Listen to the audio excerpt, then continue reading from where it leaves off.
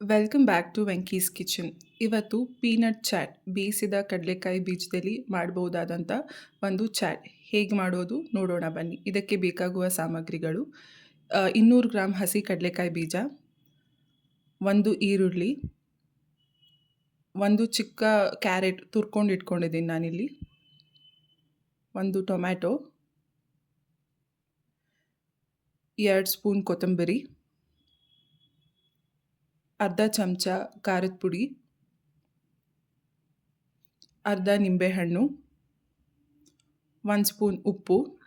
ಮೊದಲು ಕಡಲೆಕಾಯಿ ಬೀಜನ ನಾವು ಬೇಯಿಸ್ಕೊಬೇಕು.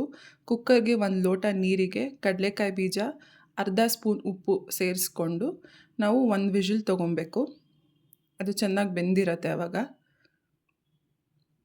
ಇದು ಎಲ್ಲ ನೀಟಾಗಿ ಬೆಂದಾದಮೇಲೆ 1 ವಿಷಲ್ ಆದಮೇಲೆ ಅದನ್ನು ಶೋಧಿಸಿಟ್ಕೊಬೇಕು. ಸ್ಟ್ರೈನ್ ಮಾಡ್ಕೊಳ್ಳಿ, ನೀರನ್ನೆಲ್ಲ ಸಪ್ರೇಟ್ ಆಗೋ ಥರ. ಈ ಥರ ಒಂದು ಮಿಕ್ಸಿಂಗ್ ಬೌಲ್ ತೊಗೊಂಡು ಅದಕ್ಕೆ ಬೇಯಿಸಿರೋ ಕಡಲೆಕಾಯಿ ಬೀಜ, ಈರುಳ್ಳಿ, ಟೊಮ್ಯಾಟೊ, ತುರಿದ ಕ್ಯಾರೆಟ್, ಖಾರದ ಪುಡಿ,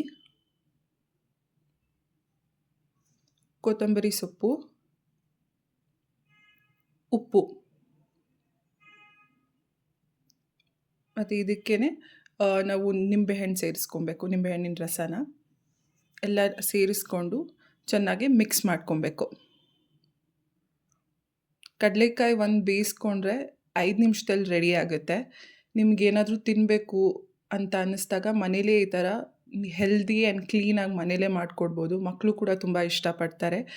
ಅಡಲ್ಟ್ಸ್ಗೂ ತುಂಬ ಇಷ್ಟ ಆಗುತ್ತೆ.